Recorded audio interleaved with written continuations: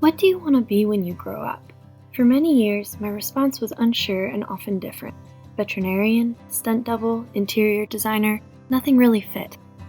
In college, I developed an interest in education, and French teacher became my answer to that question.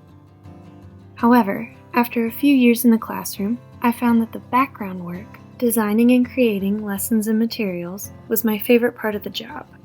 Finally, a confident response to what I want to be: instructional designer. In pursuit of this goal, I joined the master's program in instructional design at University of Massachusetts, Boston. And what I've realized along the way is that throughout my life, my role models and experiences have also been preparing me to do what I love well. First, my mom has shown me the value of empathy. Imagine what life is like for them. Putting yourself in someone else's shoes helps you understand their motivations and needs. I can take into account who the learner is by considering what their experiences are like before, during, and after instruction. Proper prior planning prevents poor performance. That's my dad and one of his sayings. He has always set a good example of how to take the time at the beginning of a project in order to avoid spending more time later dealing with preventable issues. Everything in moderation. The first time I heard this phrase, it was said by my Aunt Mo.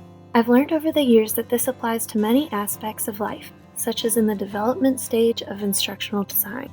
There are a variety of elements to consider, and it's important to keep moderation of resources in mind. In implementing instruction, there can be unexpected conditions or events that require quick problem solving. Thankfully, my experiences in the classroom have strengthened my abilities to adapt and think on my feet. Lastly, the emphasis on reflection is one of the things that I appreciate the most from my time in the College of Education at Marquette University. Following a lesson, I was taught to reflect, evaluate, and revise as needed. These life lessons stand out to me because they guided me in realizing where I can truly shine. Yet they are only a fraction of what has made me the instructional designer I am today.